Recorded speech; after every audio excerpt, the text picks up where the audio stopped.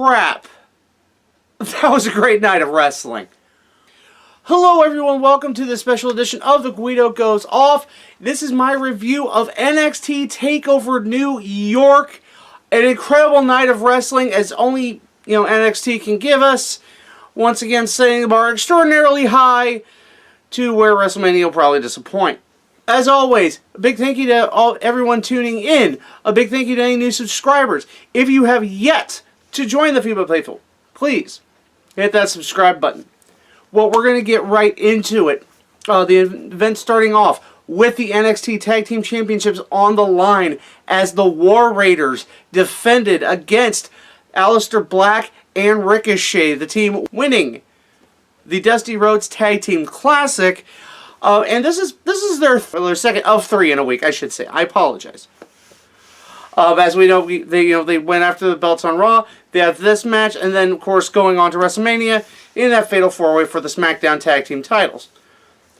Again, ladies and gentlemen, what this of course was going to be a battle of speed versus power, but it kind of shifted in both ways as we saw a lot of speed, especially the agility of Hanson of War Raiders. Like, seeing him do things like a springboard clothesline. Of course, he's well known for his agility. Ricochet showing off some impressive strength by catching Hanson and hitting a fall-away slam. But again, a very hard-hitting, hard-fought match. Great storytelling. But it ended with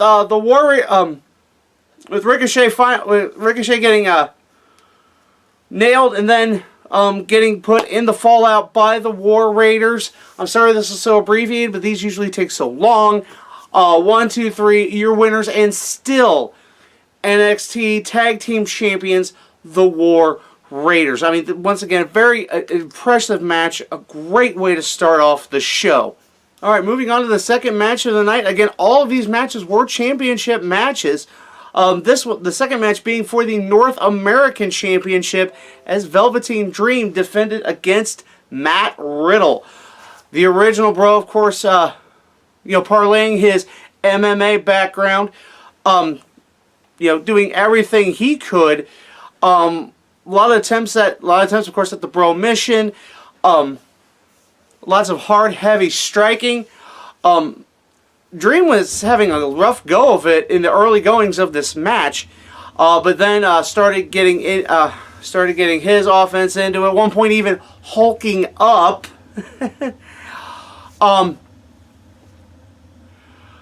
Again, we said a lot of course, going for the Purple Rainmaker, it getting countered into the Bro Mission, but then Dream rolled it up and got the 3 count. Your winner and still North American Champion Velveteen Dream. This match was.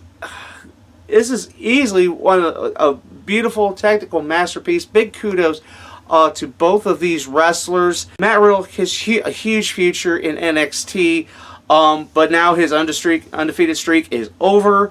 So we'll see where he goes from there. The second match, a beautiful, pretty, beautiful display of professional wrestling. Our third match was anything but, as it was for the WWE United Kingdom Championship, as Pete Dunne putting his 685-day streak as the United Kingdom Champion, the longest current reign as champion, almost 2 years, putting that up against the gargantuan Austrian Walter.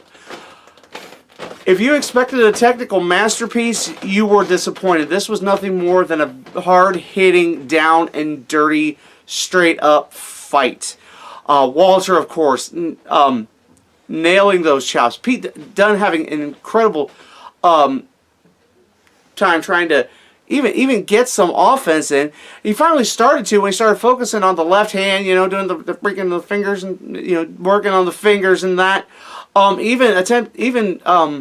Trying a couple times to hit the bitter end. Finally hit it, but only getting 2 count out of it. Walter, chop after chop after chop. Both these guys stomping the hell out of each other when they had the advantage. Stand up punches and chops, and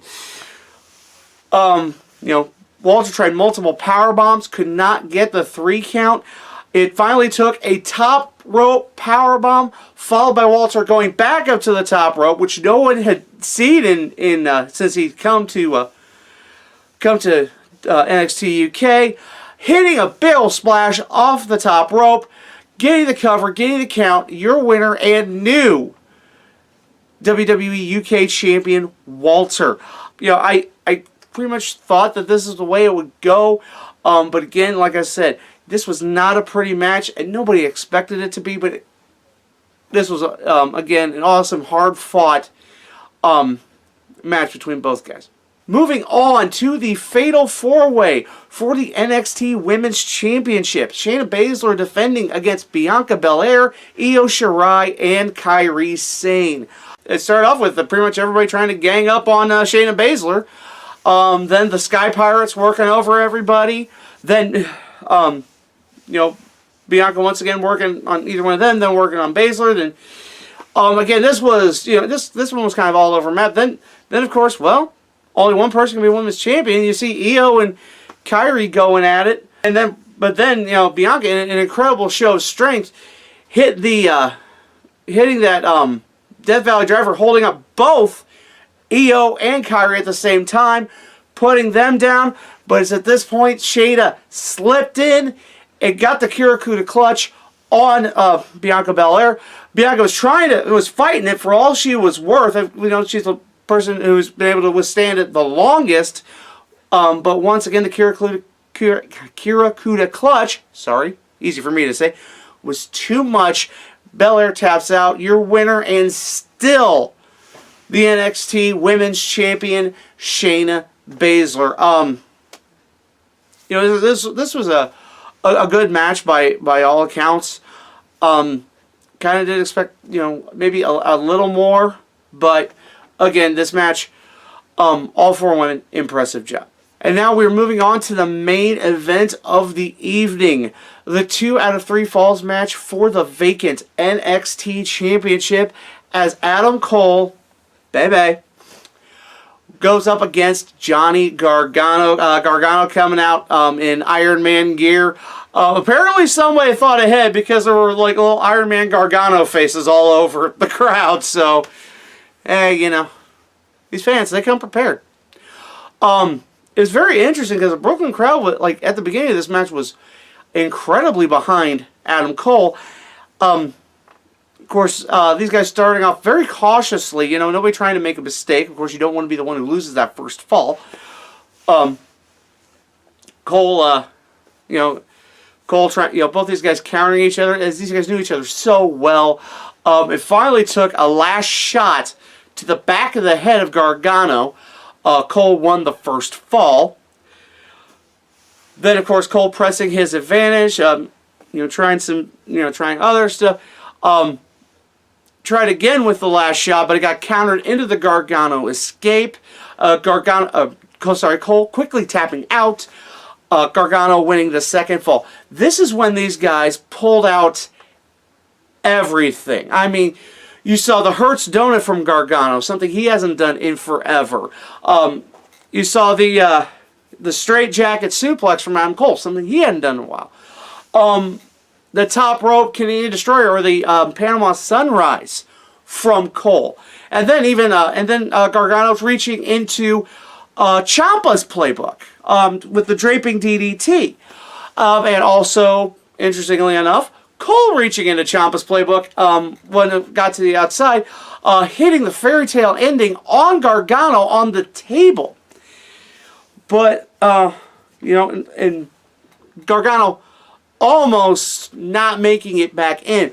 And this is when, of course, the numbers game came into play, with the Undisputed Era coming out. Roderick Strong distracting the referee while O'Reilly gouged out Gargano's eyes as he had with the Gargano escape on, and Cole was tapping out. Then Cole and Fish hitting total elimination. I don't know what else to call it now, so I'll go back to what it was called when the Eliminators did it. Cole going for the pin, 2 count only, really starting to get frustrated. Then he hits a couple of super kicks, followed by another last shot, again another 2 count. And at this time, Cole is seething. He looks like he's about to cry because it's like this is his destiny. This, of course, this was after Gargano pretty much beat up the rest of the Undisputed Era. So then Cole goes once again for the Panama Sunrise. Gargano misses. Gargano gets out of it, counters, gets the super kick into the Gargano escape. Cole reaches for the ropes.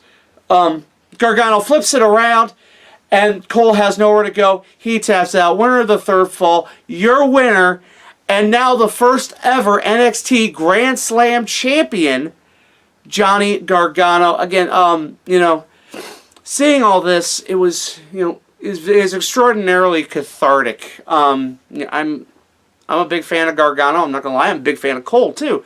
Watching these guys, this match was incredible. You can't really I'm sure you can't really put into words what this means to both these guys to headline at this level. As of now, I mean, I'm sure these guys are going to, go on to bigger and better things on the main roster. Hope. Candice LeRae comes out.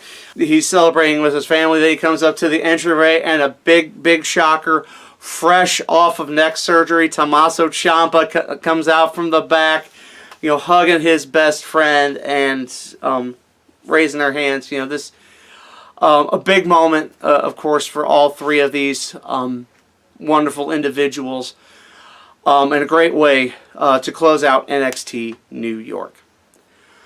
Ladies and gentlemen, I can't stress enough, this was an incredible night of wrestling. I'm probably going to be watching this again, and again, and probably again some more. Because, like I said, this match was incredible. I mean, easily match of the night has to be Cole and Gargano. I mean, do not get me wrong. This card was incredible from top to bottom. Sure, I'm going to get some people. I need to check my predictions. I think I want to say I was 3 for 5. Because I want to say I was 3 for 5 because I think I missed on the North American Championship match and the women's match. I honestly thought Bianca Belair was going to win that one because I thought it's her time. But again, great card from top to bottom. Cole and Gargano put on easily match of the night. I'm not going to pick a worst of the night because honestly, if there was a worst of the night, it's only simply by default because everything else, this was an incredible card from top to bottom. Well, that is my review of NXT TakeOver New York. But I want to hear your thoughts. What did you think of all these matches? What was your best match?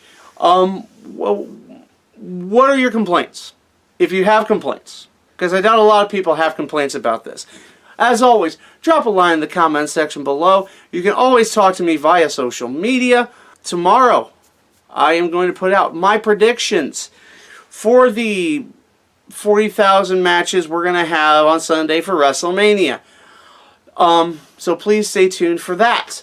So until next time, I am the Guido, and I think we're done here.